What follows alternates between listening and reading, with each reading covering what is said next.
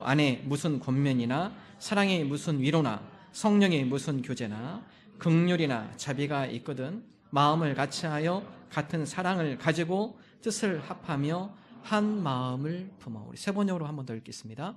그러므로 그리스도 안에서 여러분에게 무슨 격려나 사랑의 무슨 위로나 성령의 무슨 교제나 무슨 동정심과 자비가 있거든 여러분은 같은 생각을 품고 같은 사랑을 가지고 뜻을 합하여 한 마음이 되어서. 아멘. 특별히 성경 말씀을 두 가지 비교하며 읽은 것의 이유는 세 번역이 좀 더 번역이 우리 마음에 더 와닿고 쉽게 설명이 되어서 같이 읽었습니다. 바울이 성령의 인도함으로 유럽 선교를 떠납니다. 원래 바울의 선교 사역의 계획은 아시아였습니다. 그러나 아시아에 선교하는 가운데 하나님께서 사도 바울의 아시아 선교 사역을 막고 마게도냐, 즉 유럽으로 건너가라고 인도를 해주십니다. 유럽에 건너와서 첫 번째 세운 교회가 빌립보 교회입니다. 빌립보라는 지역에 와서 사도 바울이 안식일에 회당에 가서 기도할 곳을 찾지만 회당이 없습니다. 사람이 인적이 드문 강가를 나갑니다. 그리고 그곳에서 기도할 것을 찾으려고 사람들한테 물어보는데 때마침 그 강가에 여인들 무리가 있었습니다. 특별히 그 여인들 가운데는 루디아라는 옷감을 파는 사업가가 하나 있었습니다. 그 루디아는 이미 하나님을 알고 있는 사람이었고 하나님을 경외하는 사람이었습니다. 그 여인들과 얘기하는 가운데 사도 바울이 구약의 율법에 대한 이야기를 나눠주고 그리고 복음에 대해서 말씀을 전하자 루디아의 귀가 열립니다. 그리고 마음이 활짝 열립니다. 바울 선생님, 이 말씀을 여기서 그치지 마시고 오늘 저희 집에 당신들을 초대하고 싶습니다. 우리 집에 오셔서 좀 더 풍성한 말씀으로 우리에게 가르쳐 주십시오. 여러분, 그렇게 해서 빌립보라는 지역에 루디아의 집에서 첫 번째 교회가 탄생이 됩니다. 유럽의 첫 번째 교회입니다. 그래서 루디아의 집에서 교회가 시작이 되고 그 교회가 빌립보 교회가 되어집니다. 여러분, 빌립보 교회는 여성들에 의해서 여성의 리더십들을 위해서 세워진 교회입니다. 사도 바울이 복음을 전하고 또 다른 곳으로 선교 여행을 떠나고 그리고 마지막 최종적인 로마에 감옥에 갇히면서 그 가운데 하나님의 복음을 전하는 그런 가운데 감옥에서 안 좋은 소식을 듣습니다. 그것은 바로 빌립보 교회의 분열입니다. 누구의 분열이냐? 빌립보 교회를 처음에 시작했던 여성 리더들, 그 리더들 간에 분열이 일어나기 시작합니다. 대표적으로 이름을 언급하고 있는데요. 유오디아와 순두계. 루디아와 더불어서 함께 빌립보 교회를 세웠던 리더들이에요.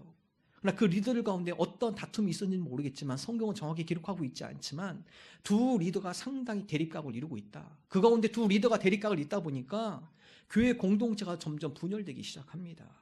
사도 바울이 다음같이 이야기하죠. 유오디아와 순두계, 당신네들이 같은 마음으로 주를 섬기셔야 합니다. 서로 분열되어서는 안 됩니다. 한번 읽어볼까요? 빌립보서 4장 2절의 말씀 함께 읽습니다. 내가 유오디아를 권하고 순두계를 권하노니 주 안에서 같은 마음을 품으라. 여러분, 사도 바울이 개척한 빌립보 교회 얼마나 건강한 교회라고 우리가 생각하고 있어요? 여러분, 그런 교회도 사람의 의견이 그 가운데 대립이 될 수도 있고 다툴 수 있고 분열이 있을 수 있습니다.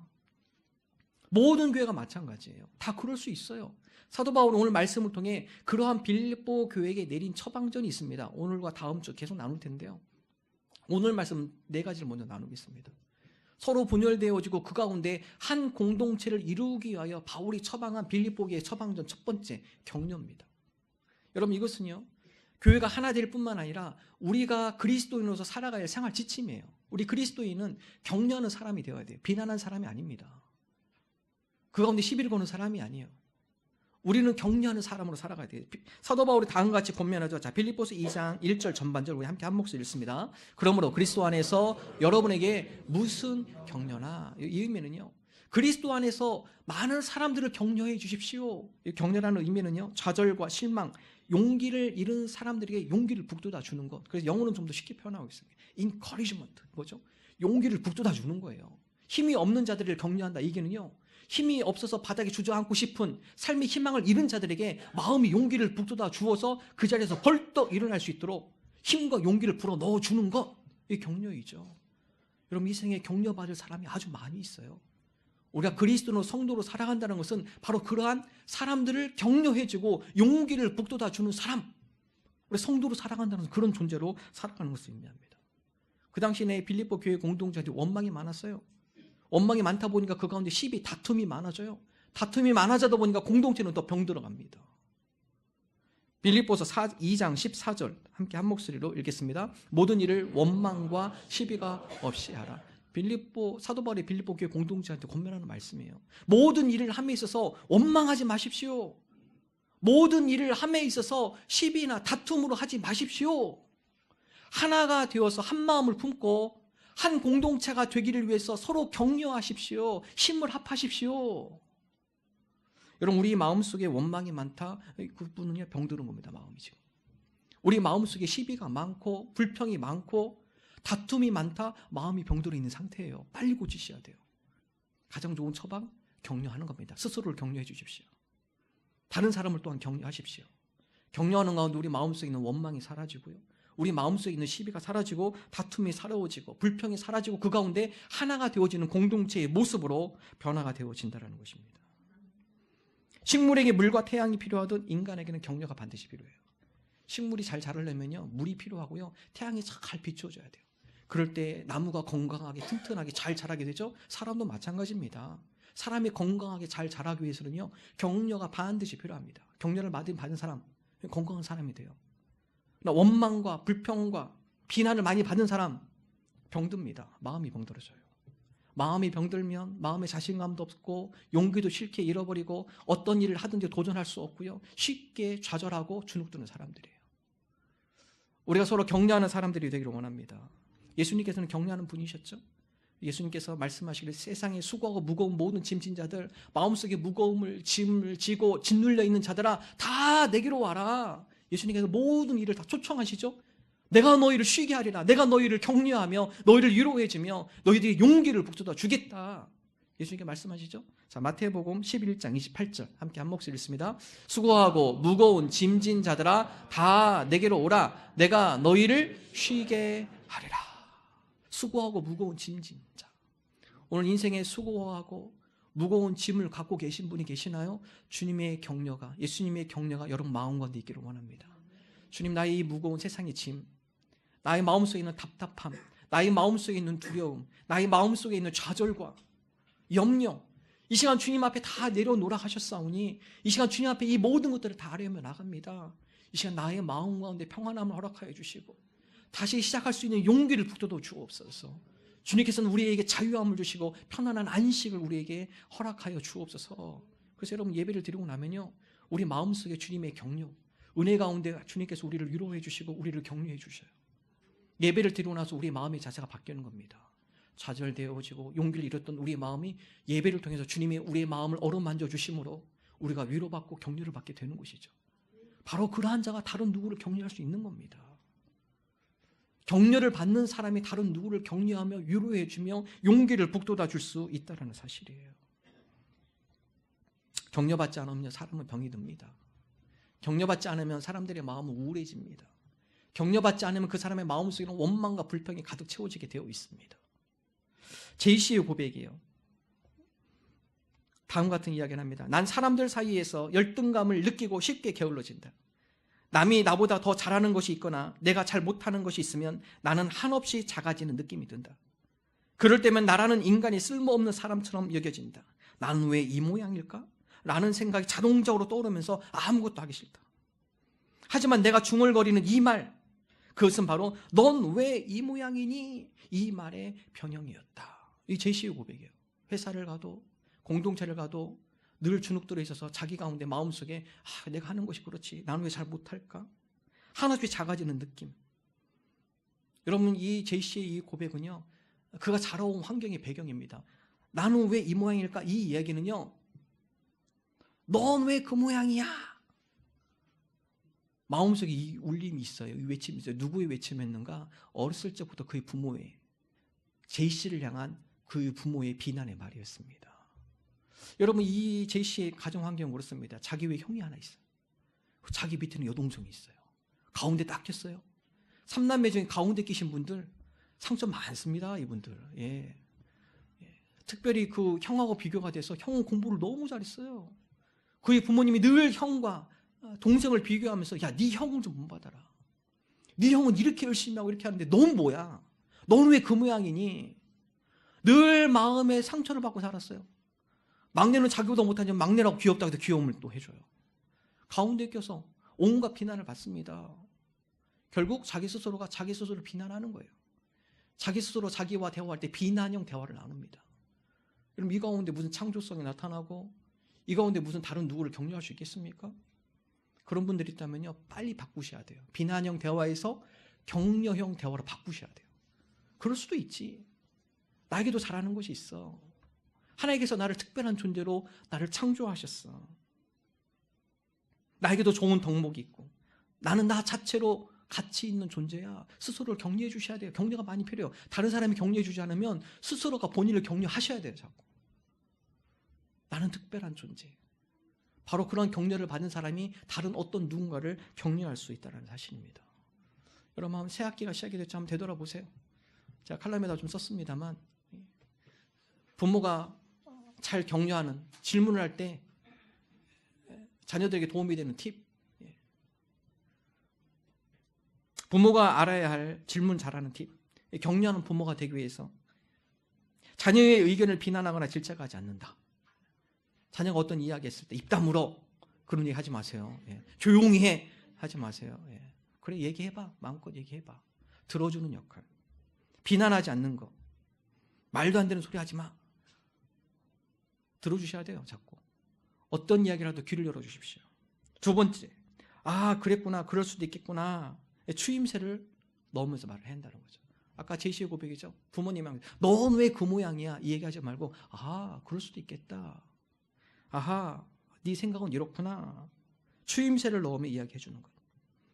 잠시 말을 멈출 때 기다려주고 충분히 이야기를 했는지 묻는다. 이 성격 급하신 분이가 안 되더라고요. 뭐 한참 얘기하면 빨리 말해, 빨리 말해, 시간 없어, 빨리 말해. 기다려 주십시오. 기다려 주세요. 항상 생각하고 있어요. 얘는 머릿속에서 무슨 말을 할까? 기다려 주는 것이 필요하다는 것이죠. 생각이나 감정이 옳지 않더라도 그럴 수도 있겠구나. 그럴 수도 있겠다. 인정해주고 기다려주는 것이 필요하다는 사실이죠. 그럼 그럴 때 그 가운데 격려를 받고 그가 또 격려하는 사람으로 자라게 되어집니다. 심리학자인 마틴 셀리그먼은요, 학습된 무력감이라는 이론을 핍니다. 이 이야기가 뭐냐면요, 서커스의 코끼리 훈련하는 거 비유로 이야기합니다. 여러분, 서커스 다니는 코끼리 훈련할 때요, 어렸을 때 코끼리를 데려와요. 어린 코끼리를 데려옵니다. 발에다 밧줄을 묶어요. 그리고 한쪽은 기둥에다 묶어놔요. 서커스 다니는 코끼리가 어떻게 재주를 잘 부리고 말을 잘 듣고, 왜냐하면 어렸을 때부터 그렇게 훈련됐습니다. 어떻게 해요? 발에 밧줄을 묶어놓으면요, 좀 가다가 밧줄에 딱 걸리잖아요. 더 이상 안 움직여요. 코끼리가요. 그래서 점점 자라면서 이 밧줄의 영향을 벗어나지 못합니다. 등치가 커요. 힘이 세졌어요. 그럼에도 불구하고 이 코끼리는 이미 학습된 무력감에 눌려 있어요. 어렸을 때부터 움직이다가 밧줄이 탁 당기면 더 이상 못 움직이잖아요. 등치가 커서 힘이 있어도 자기가 발을 탁 움직이면요, 서커스의 그 천막 기둥이 무너질 정도로 그걸 넘어뜨릴 수 있을 정도 힘이 세지만은요, 더 이상 당기지 않습니다. 왜 그렇죠? 어렸을 때부터 그렇게 학습 받았어요. 어렸을 때부터 그렇게 묶여 살았어요. 커서도 힘이 세서도 더 이상 능력을 발휘하지 않습니다. 이것이 마틴 셀리그먼이 표현한 학습된 무력감이에요. 무력감. 우리가 누군가에게 비난하거나 누군가를 원망하거나 그러면 그 사람은요, 그 학습이 됩니다. 자기가 그런 존재인 줄 알고요, 자기가 성장하고 그 가운데 무한한 가능성이 있음에도 불구하고 그것을 펼쳐낼 수 없다는 것이죠. 오늘 저와 여러분이 다른 어떤 누군가의 발에 밧줄을 묶어서 그로 하여금 무력감 있게 하는 것이 아니라 그에게 날개를 달아주기를 원합니다. 하나님, 내가 어떤 누군가에게 격려의 날개를 달아주어서 그가 갖고 있는 재능을 뛰어넘어서 더 훨훨 아름답게 비상할 수 있는 그런 격려의 사람이 되게 하여 주옵소서. 여러분, 그런 격려의 사람이 많이 모여있을 때 공동체는 건강한 공동체가 되는 거예요. 그런 격려의 사람이 모여있을 때 그 가정은 천국이 되는 겁니다. 그러한 격려의 사람이 모여있는 직장은 행복한 직장이 되는 거예요. 비난과 원망, 그 공동체는 분열이 되어지고요, 서로 상처가 그 가운데 남게 되어지고요, 그 공동체는 깨어지는 공동체가 되어지는 것입니다. 오늘 저와 여러분이 격려하는 사람이 되기를 원합니다. 우리가 가는 곳에 격려를 통하여 우리가 가는 곳에 하나가 되는 역사가 있게 하시고, 우리의 격려를 통하여서 마음에 힘들고 어려운 이들이 다시 새 힘을 얻게 되어지는 그러한 격려의 사람들로 우리가 사용되게 하여 주옵소서. 이러한 믿음을 나가는 저와 여러분 되기를 주님의 이름으로 축원합니다. 두 번째, 사도 바울은 빌립보 교회 하나됨을 위해서 서로 위로해야 할 것을 말씀해 주고 있습니다. 빌립보서 2장 1절 다시 우리 함께 한 목소리 읽겠습니다. 그러므로 그리스도 안에서 여러분에게 무슨 격려나 사랑의 무슨 위로나, 두 번째로 얘기하는 것이요, 위로예요. 교회 공동체가 분열 가운데 그 가운데 필요한 거, 이제는 원망과 시비가 아니라 서로 위로하기에 힘을 써라. 위로라는 것은 고통과 슬픔을 함께 나누는 것입니다. 여러분, 공동체가 분열되어 있기 때문에 그 가운데 얼마나 많은 상처가 있을까요? 서로 원망과 다툼 때문에 얼마나 마음에 상처를 겪었을까요? 사도 바울의 빌립보 교회 공동체로 하여금 이제는 위로할 때입니다. 서로 마음에 상처가 있는 자를 찾아가서 그들의 마음을 위로해 주십시오. 슬픔과 고통 가운데, 아픔 가운데 있는 그들을 찾아가서 그들의 마음을 위로해 주셔야 합니다. 위로자가 되어야 한다. 여러분, 예수님은 위로자의 삶을 사셨죠? 예수님께서는 많은 사역 가운데 힘들고 지치고 어려운 이들을 찾아가서 그들을 위로해 주신 분이셨어요. 그래서 성경을 읽다 보면, 복음서 읽다 보면 예수님께서 긍휼히 여기시다, 불쌍히 여기시다, 이런 표현을 많이 볼 수 있습니다. 사람들이 꺼려요, 나병 환자들. 예수님께서 일부러 그들을 찾아가시죠. 그리고 그들에게 손을 얹어주시고 그들을 위해서 기도해 주시고 그들을 치유하고 회복시켜 주십니다. 삶 가운데 고난받는 자를 외면하지 않으세요. 그들을 찾아가셔서 그들에게 불쌍한 마음을 느끼시고 그들을 위해서 기도해 주시고 치료해 주시죠. 자, 마태복음 20장 34절 함께 한 목소리 읽습니다. 예수께서 불쌍히 여기사 그들의 눈을 만지시니 곧 보게 되어 그들이 예수를 따르니라. 불쌍히 여기사, 불쌍히 여기사. 복음서 읽다 보면 예수님께서 많은 무리를 불쌍히 여기셨다. 힘들고 고통 가운데, 슬픔 가운데 있는 자를 외면하지 않으시고 그들을 찾아가시고 그들을 위로해 주셨음을 성경은 표현을 하고 있습니다. 예수님의 제자들도 마찬가지죠. 예수님께서 하셨는 그 모습 그대로 따라합니다. 삶 가운데 지치고 힘든 자들, 그들을 찾아가서 위로하고 그들의 슬픔과 아픔을 함께 품어주고 그들과 마음을 같이 해주고 그들을 위로하는 사역, 그들을 격려하는 사역, 복음을 전하며 함께 위로했다는 것이죠. 구약 성경을 읽다 보면은 구약 성경은 철저한 사회적 약자에 대해서 공동체가 책임져야 할 것을 하나님께서 명령하고 있어요. 그 당시에 사회적 약자면 세 부류입니다. 첫 번째 나그네, 두 번째 고아, 세 번째 과부예요. 이 사회적 약자에 대해서는 공동체가 그들을 특별히 보호해야 하고 공동체가 그들을 특별히 책임져야 한다고 구약 성경은 하나님께서 이스라엘 백성에게 명령을 줍니다. 그래서 그들이 추수할 때는요, 다 걷어가지 않아요. 일부러 밭에다가 이삭을 남겨놔요. 누구 겁니까? 나그네, 고아, 과부.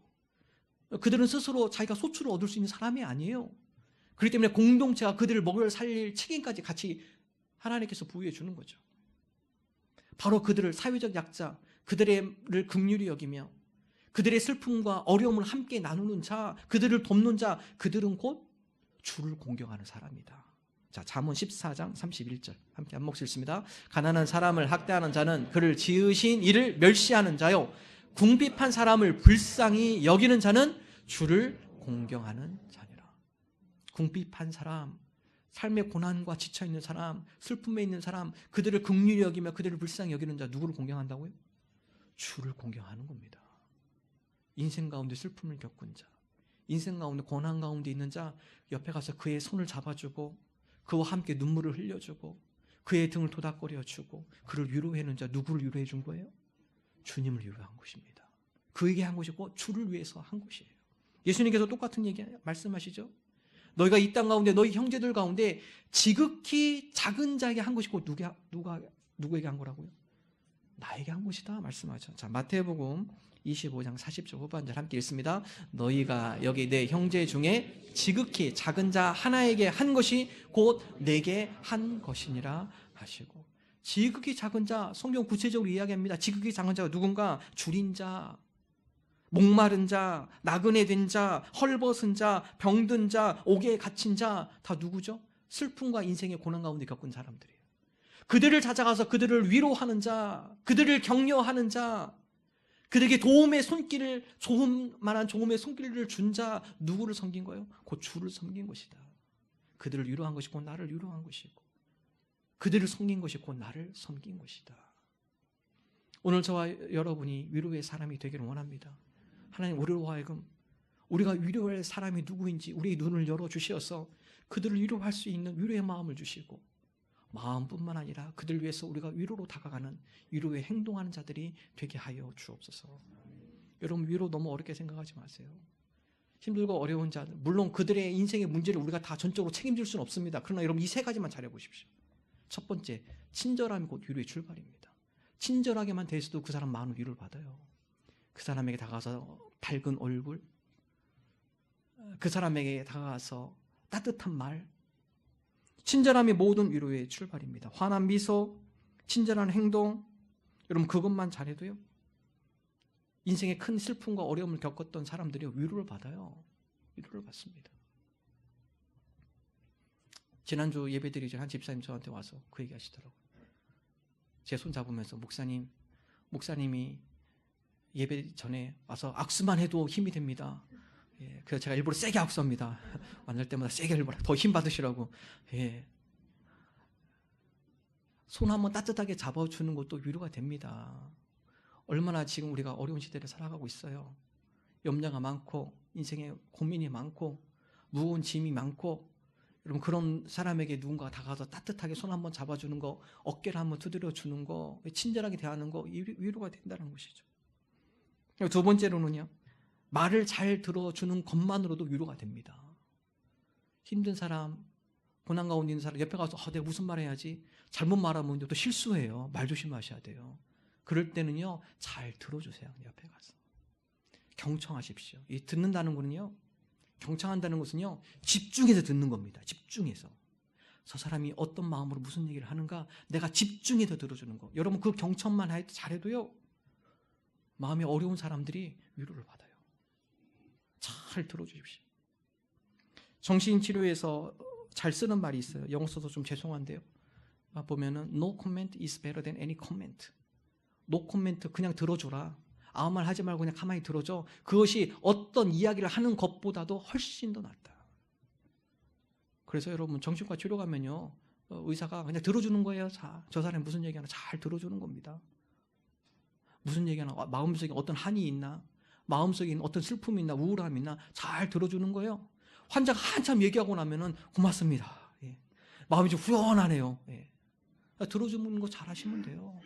잘 들어주는 것만으로도 그에게 큰 위로가 되어진다는 것이죠. 세 번째, 작은 행동이 큰 위로를 줍니다. 우리가 그 사람의 인생의 여러 가지 본질적 문제는 해결할 수 없어요. 그러나 그거와 다른 우리의 작은 행동 하나가 그가 그 인생의 문제를 해결할 수 있는 용기를 갖게 해줄 수 있는 큰 힘이 된다는 거예요. 힘들고 어려울 때 내가 보낸 문자 메시지 하나가요, 힘들고 어려움을 겪고 있던 그에게는 큰 위로가 됩니다. 힘이 되어져요. 내가 보냈던 엽서 한 장, 내가 보낸 이메일의 짧은 글, 편지 한 통, 작은 행동이죠. 내가 그와 만나서 커피 한 잔 사주면서 대화하는 거 작은 행동이잖아요. 그러나 그 행동이 큰 슬픔 가운데 있는 자에게는 그것을 이겨낼 수 있는 에너지가 될 수 있다는 거예요. 나의 작은 행동이 그에게 큰 힘과 도전이 되어줄 수 있다는 사실이에요. 위로 너무 어렵게 생각하지 마십시오. 친절함이 위로입니다. 잘 들어 경청해 주는 것도 위로예요. 내가 따뜻한 옆에서 전화 한 통 해주는 것, 그것도 큰 위로가 됩니다.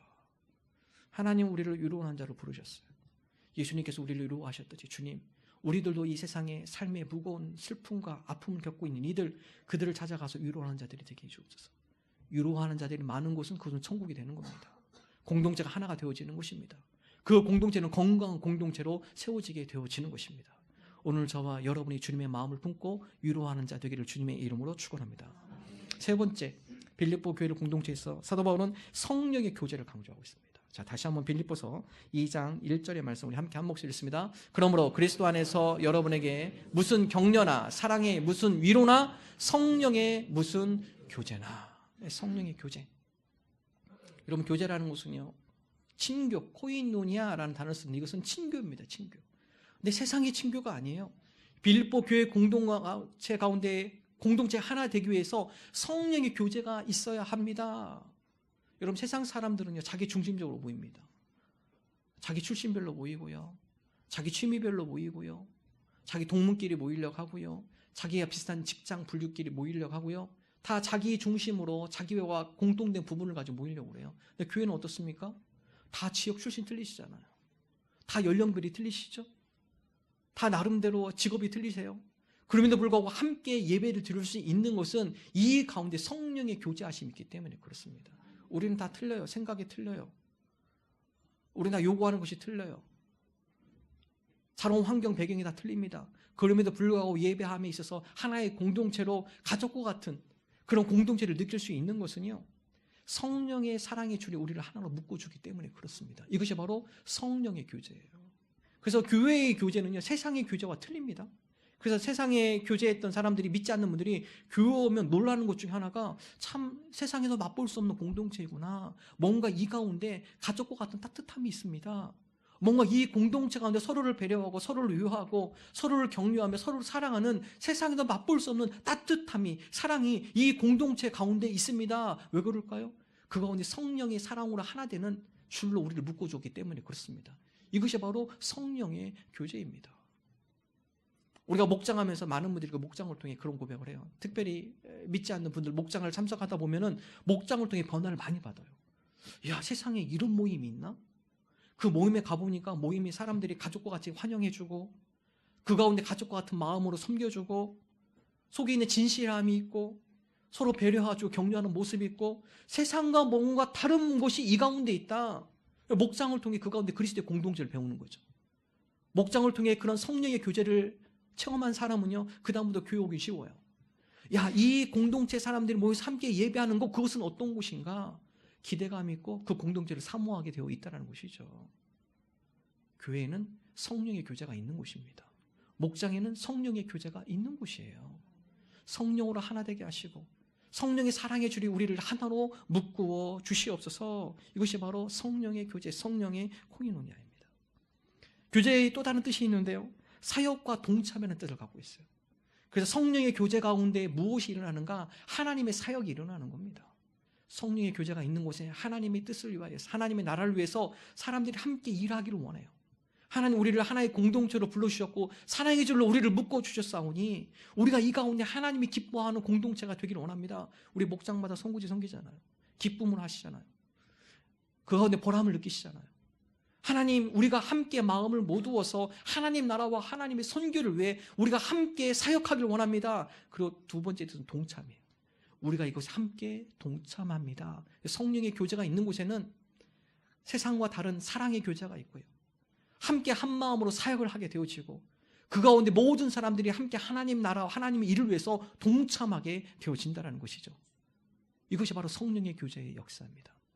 사도 바울의 빌립보 교회라고 여러분 가운데 성령의 교제가 있기를 원합니다. 세상의 교제가 아니라 성령님께서 여러분을 하나 되게 하셔서 그 가운데 사랑으로 하나 되게 하고 그 가운데 하나님의 뜻에 대한, 하나님 나라를 대한 소망을 품게 하시고 함께 사역하고 동참하게 되는 하나 되는 공동체가 되기를 원합니다.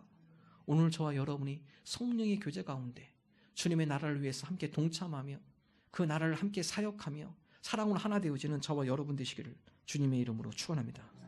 마지막 네 번째요, 사도 바울이 긍휼과 자비를 이야기합니다. 공동체가 하나가 되기 위해서 여러분 마음 가운데 긍휼의 마음, 자비의 마음, 특별히 긍휼을 세 번역은 동정심이라고 표현하고 있는데 함께 한 목소리로 다시 빌립보서 2장 1절 읽습니다. 그러므로 그리스도 안에서 여러분에게 무슨 격려나 사랑의 무슨 위로나 성령의 무슨 교제나 무슨 동정심과 자비가 있거든. 동정심과 자비, 개역개정 긍휼로 표현하고 있습니다. 근데 여러분 이 동정심, 자비, 이 의미는요, 원래 원어 헬라의 뜻은요, 내장이라는 뜻입니다. 내장. 어떤 성도에게 무슨 일을 할 때 내장을 빼듯이 해라. 이 내장은 것은 우리 몸 신체 가운데 중심부에 있는 거죠. 안쪽 깊이 있는 곳이죠. 그래서 내장을 빼서 해라. 이 의미는요, 마음속 깊은 곳에서 우러나오는 마음을 가지고 행해라. 마음속 깊은 곳에 사랑을 가지고 대해라. 자비를 가지고 대해라. 마음속 깊은 곳에서 우러나오는 긍휼을 가지고 대해라. 그 가운데 공동체가 하나가 되어진다. 골로새서 3장 23절은 다음같이 더 쉽게 표현하고 있죠. 함께 읽습니다. 무슨 일을 하든지 마음을 다하여 주께 하듯 하고 사람에게 하듯 하지 말라. 주께 할 때, 주님께 할 때 여러분 정성을 다하시잖아요. 주님 앞에 나올 때 마음을 정성껏 다 드리시잖아요. 바로 그 주님께 하는 것처럼 모든 사람 어떤 일을 하든지 주님을 섬기듯이 주님께 하듯이 그렇게 대하고 주님께 하듯이 그렇게 봉사하고 주님께 하듯이 그렇게 존중해주고 격려해주고 위로해줘야 한다. 사랑을 베풀어줘야 한다. 마음속 깊은 곳에서 우러나오는 그런 마음으로 다가가야 함을 말씀해주고 있습니다. 오늘 말씀 빌립보 교회가 하나 되기 위한 바울의 교훈이에요. 격려, 위로, 성령의 교제, 긍휼과 자비, 여러분 이것이 쉽지 않죠. 그래서 다음 주에 함께 나눌 텐데 그리스도의 마음이 중요합니다. 그리스도의 마음을 우리가 품는 것이 중요해요. 주님 우리에게 그리스도의 마음을 깨닫게 해주시고 그리스도의 마음을 담게 해주셔서 주님이 격려하셨던 것처럼 격려하게 하여 주옵소서. 주님이 위로해 주셨던 것처럼 우리가 세상 힘들고 고난 가운데 있는 자를 위로하게 하여 주옵소서. 성령의 교제가 있게 하시고 자비와 긍휼의 마음을 우리에게 허락하여 주옵소서. 주님의 마음을 우리에게 주시옵소서. 우리가 이러한 믿음 나가는 저와 여러분 되기를 주님의 이름으로 축원합니다.